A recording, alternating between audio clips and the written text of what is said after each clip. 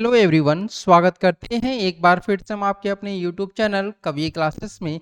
Last 1 month से लगातार एक कमेंट आ रहा है, एक प्रश्न आ रहा है सभी वीडियो पर कि सर ग्रेजुएशन में हमारे ये सब्जेक्ट कॉम्बिनेशन है तो बीएड में क्या सब्जेक्ट लें, यानी क्या सब्जेक्ट कॉम्बिनेशन लें कि हमारा जो फ्यूचर है उसमें कोई भी प्रॉब्लम ना हो, या फिर कोई भी गवर्नमेंट टीचर की वैकेंसी आए फॉर्म भरें तो उसमें कोई भी प्रॉब्लम ना हो। तो आप लोग देख सकते हैं कि यहाँ पे मैंने लिखा हुआ है कि ग्रेजुएशन में क्या सब्जेक्ट कॉम्बिनेशन आपके होने चाहिए, और ये सब्जेक्ट कॉम्बिनेशन जो है वो आपको एक शिक्षक बनने के लिए बहुत ही जरूरी है।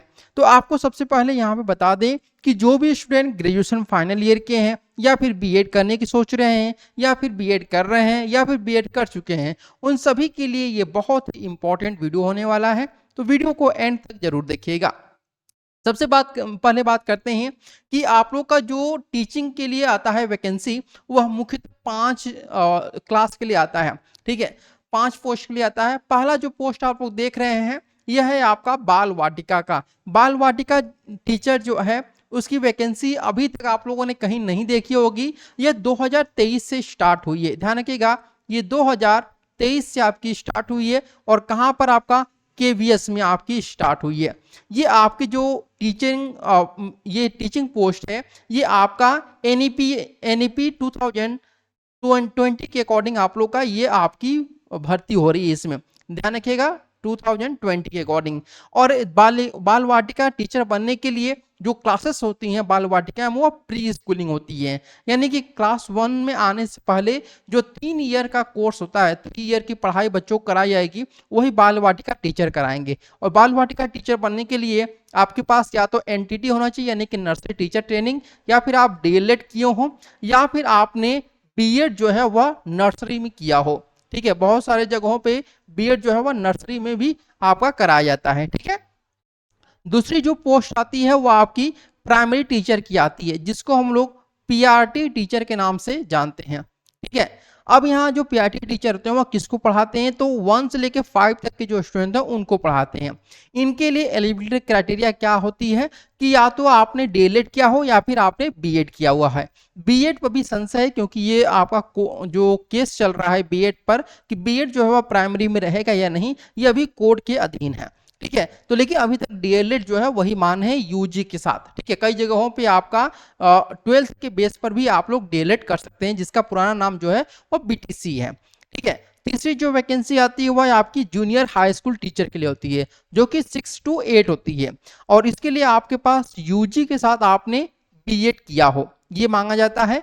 उसके बाद यहाँ पर 4th नंबर पे एक बात ध्यान रखिएगा कि जूनियर हाई स्कूल में जो स्टूडेंट बीएड कर चुके हैं लेकिन उनके यूजी में 50% नहीं है, वो स्टूडेंट जूनियर हाई स्कूल की जो वैकेंसी आती है उसमें फॉर्म फिलअप नहीं कर पाएंगे। बहुत सारे स्टूडेंट क्या होते हैं कि पीजी के बेस पर अपना जो बीएड है वो कर लेते हैं, कि पीजी में उनके मान लेते हैं 50% से ज़्यादा है, तो वो क्या करते हैं कि बीएड फिर कर लेते हैं, और लेकिन यूजी में कम मार्क्स होता है 50% से कम। तो यहाँ भी आप लोग पहले ही निकल जाते हैं कि जूनियर हाई स्कूल में टीचर की जो वैकेंसी आती है, चाहे वो किसी भी स्टेट में हो, उसमें 50% मार्क्स आपके होने ही चाहिए। ठीक है, चलिए अब बात करते हैं 4th नंबर पे, टीजीटी। तो टीजीटी में यहाँ पे ध्यान रखिएगा कि एक बात यहाँ पे ध्यान रखिएगा कि 9 और 10 यानी कि 9th और 10th जो पढ़ाते हैं उनको हम टीजीटी पोस्ट बोलते हैं।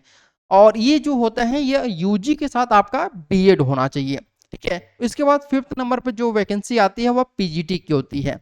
ये जो आपकी पीजीटी वैकेंसी होती है वह 11th 12th स्टूडेंट को पढ़ाने के लिए होती है। इसमें आपके पीजी के साथ बीएड होना चाहिए, और मतलब पीजी वही लोग पढ़ा सकते हैं जिन्होंने पीजी किया हुआ, और पीजी में जो भी सब्जेक्ट आपने किया हो उसी के बेस पर आप लोग पीजीटी टीचर बनते हैं। ठीक है, ये बातें आप लोगों को क्लियर होगी। अब यहाँ पे मैं आप लोगों को आगे ये भी बताऊंगा कि किन किन माध्यमों से आप लोग टीचर बन सकते हैं। ठीक है, अब आगे देखिए यहाँ पर कि जो आप लोग की यहाँ पर सब्जेक्ट कॉम्बिनेशन की जरूरत होती है वह किस क्लास में होती है मेनली, क्योंकि आपको पता होना चाहिए। तो आपको बता देना चाहते हैं यहाँ पर आप लोगों को कि जो सब्जेक्ट कॉम्बिनेशन की आवश्यकता होती है वह केवल और केवल दो ही ऐसे पोस्ट हैं जिसमें सब्जेक्ट कम्बिनेशन की आवश्यकता होती है। एक तो आपको जूनियर हाई स्कूल टीचर के लिए सब्जेक्ट कम्बिनेशन की आवश्यकता होती है और दूसरा टीईटी टीचर के लिए सब्जेक्ट कम्बिनेशन की आवश्यकता होती है। यानी 6 से लेकर अगर आपको 10 तक का टीचर बनना है तो उसके लिए आपको सब्जेक्ट कम्बिनेशन होना चाहिए। हाँ, ये बात और है कि जूनियर हाई स्कूल में बहुत सारे ऐसे सब्जेक्ट नहीं होते हैं जिसमें सब्जेक्ट कम्बिनेशन की आवश्यकता नहीं होती है, लेकिन जो टीईटी के सब्जेक्ट होते हैं उसमें भी कुछ सब्जेक्ट होते हैं जिसमें सब्जेक्ट कम्बिनेशन की आवश्यकता होती है। तो हम कैसे पता करेंगे कि हमें कौन से सब्जेक्ट के हम स्टूडेंट हैं कि हमें सब्जेक्ट कम्बिनेशन की आवश्यकता होती है?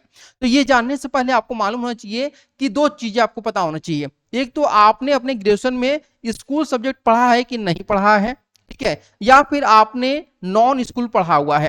ठीक है, दो चीजें होती है, एक स्कूल सब्जेक्ट, दूसरा आपका नॉन स्कूल सब्जेक्ट। तो पहले ये मालूम अगर आपको हो गया कि स्कूल सब्जेक्ट क्या होते हैं, नॉन स्कूल सब्जेक्ट क्या होते हैं, तो फिर आपको अपना सब्जेक्ट कम्बिनेशन बनाने में, चूज करने में कोई भी प्रॉब्लम नहीं होगी। तो हम सबसे पहले आपको बता दें कि स्कूल सब्जेक्ट क्या होते हैं। देखिए, अगर हम बात करते हैं स्कूल सब्जेक्ट का, तो एनईपी के अकॉर्डिंग, एनईपी 2020 के अकॉर्डिंग कुल 15 सब्जेक्ट ऐसे हैं जो कि आपके स्कूल सब्जेक्ट होते हैं, जिसमें यहां पे ध्यान रखिएगा पहला जो सब्जेक्ट है वह आपका हिंदी है। ठीक है, हिंदी जिस पर भी मैंने स्टार बनाया होगा, डबल स्टार, वो आप लोग का उन सब्जेक्ट में आपका सब्जेक्ट कम्बिनेशन की आवश्यकता होगी। सेकेंड आपका यहाँ पर है इंग्लिश, ये भी आपका स्कूल सब्जेक्ट है।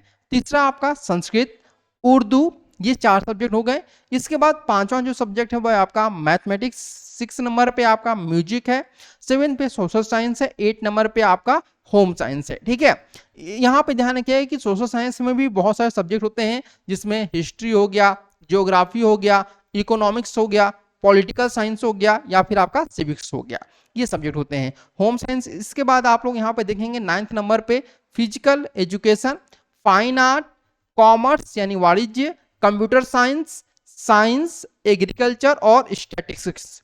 ये आपके 15 ऐसे सब्जेक्ट हैं जो कि आपके स्कूल सब्जेक्ट के अंतर्गत आते हैं। जैसे मैंने आप लोग को यहाँ सोशल साइंस के बारे में बताया, साइंस में भी बहुत सारे सब्जेक्ट होते हैं, जैसे बॉटनी, जूलॉजी, फिजिक्स और केमिस्ट्री होते हैं।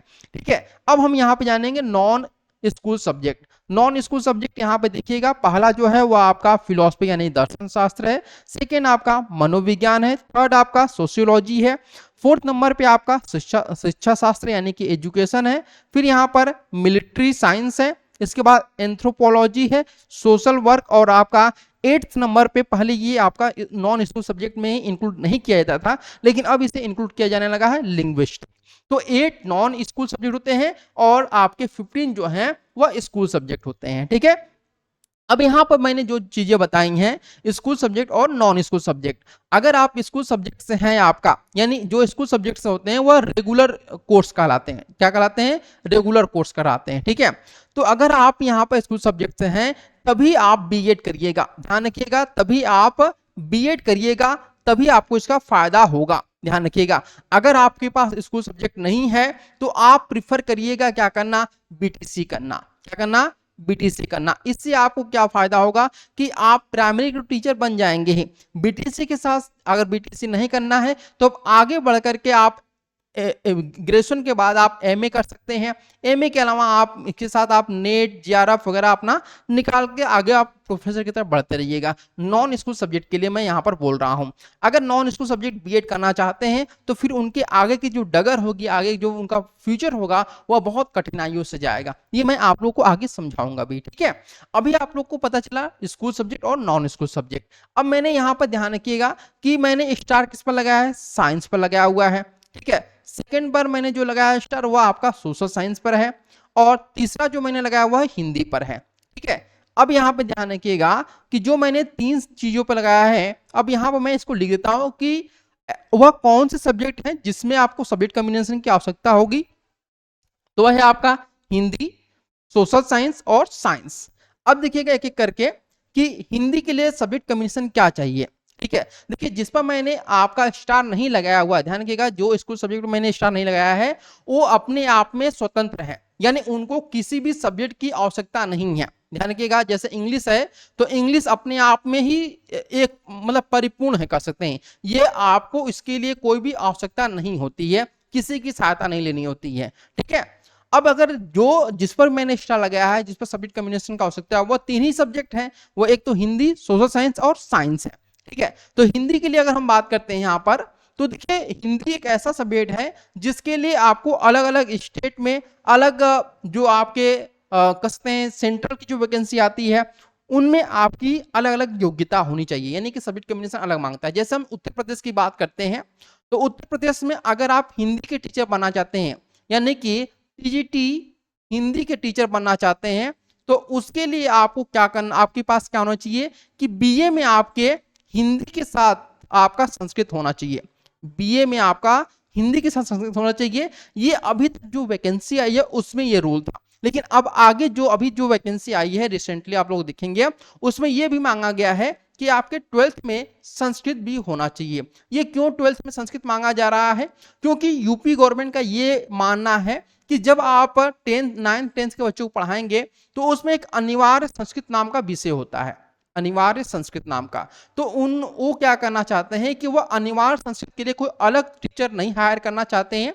अगर वो अलग टीचर रखेंगे तो उनको अलग से सैलरी देनी पड़ेगी, इसलिए वो क्या कर रहे हैं कि हिंदी में ही अनिवार्य संस्कृत होता है, इसलिए हिंदी के अध्यापकों को भी संस्कृत आना जरूरी है। इसलिए उन्होंने क्या कर दिया है कि 12th में अगर आपके संस्कृत हैं तभी आप टीजीटी हिंदी के अध्यापक बन पाएंगे, अदरवाइज नहीं बन पाएंगे। लेकिन ये अगर हम अदर स्टेट की बात करते हैं तो वहां पे केवल आपका बीए हिंदी होना चाहिए, उसमें संस्कृत की अनिवार्यता ही नहीं दी गई है, ना ही 12th में आपकी संस्कृत होनी चाहिए, ठीक है।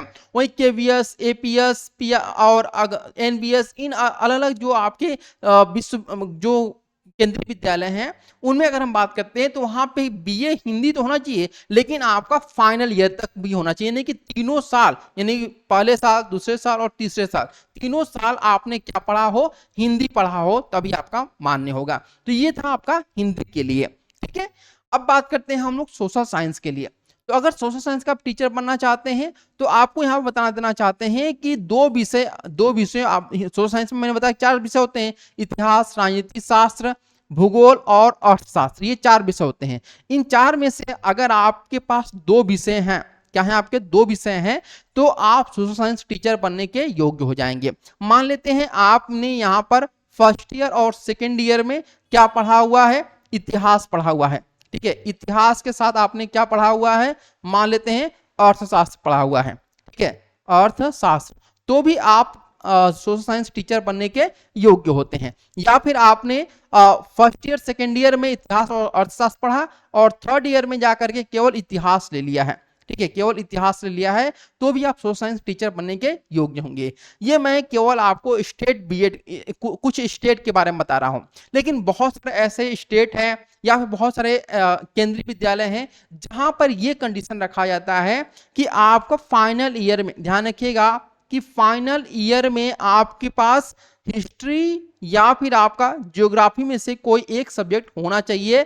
और ध्यान रखिएगा हिस्ट्री और ज्योग्राफी के साथ एक सब्जेक्ट इनमें से कोई होना चाहिए और दूसरा सब्जेक्ट आपका कोई भी चल सकता है, ठीक है। दूसरा सब्जेक्ट मान लेते हैं आपका पॉलिटिकल साइंस हो सकता है या फिर आपका इकोनॉमिक्स हो सकता है, ये ध्यान रखिएगा। तो अगर आपके पास हिस्ट्री और ज्योग्राफी फाइनल ईयर में है तो आप अदर स्टेट के लिए भी एलिजिबल हैं, लेकिन अगर आपके हिस्ट्री और ज्योग्राफी फाइनल ईयर में नहीं है तो फिर वहां पे आपका प्रॉब्लम हो सकता है। अभी रिसेंटली जैसे आप बिहार का देखेंगे तो वहां पे भी मांगा गया है कि आपका हिस्ट्री और ज्योग्राफी में से कोई एक आपका सब्जेक्ट होना चाहिए। ये नहीं मांगा गया कि फाइनल ईयर में होना चाहिए, लेकिन होना ही चाहिए, ठीक है। यानी आपने हिस्ट्री या ज्योग्राफी कोई एक सब्जेक्ट लिया हो।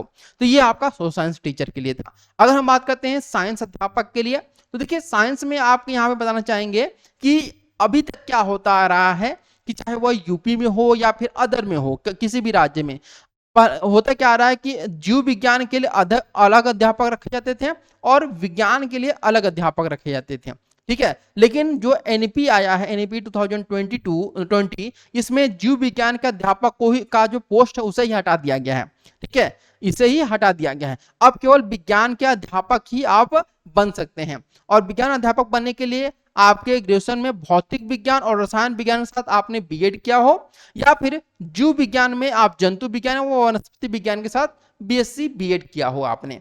ये आपका सब्जेक्ट कॉम्बिनेशन होना चाहिए, समझ रहे हैं आप लोग ना। या तो आपने मान लेते हैं आपने जंतु विज्ञान वनस्पति विज्ञान पढ़ा हो या फिर भौतिक विज्ञान रसायन विज्ञान पढ़ा हो, ठीक है, इनमें से कोई भी आपने पढ़ा हुआ, या फिर आपने भौतिक विज्ञान और जीव विज्ञान पढ़ा हो, या फिर रसायन विज्ञान और जीव विज्ञान पढ़ा हो, तो भी आप अध्यापक बनने के लिए योग्य होते हैं साइंस के। तो ये चीजें थी कुछ सब्जेक्ट कम्बिनेशन से संबंधित, और उम्मीद करते हैं कि ये डिटेल जानकारी आप लोग को अच्छी लगी होगी। इससे संबंधित अगर कोई भी जानकारी आपको चाहिए तो आप हमें कमेंट करिएगा, हम कोशिश करेंगे आपके सभी कमेंट का जवाब दे सकें। तो आज के लिए इतना ही, फिर मिलते हैं नेक्स्ट वीडियो में, तब तक के लिए धन्यवाद। Thank you so much for watching this video.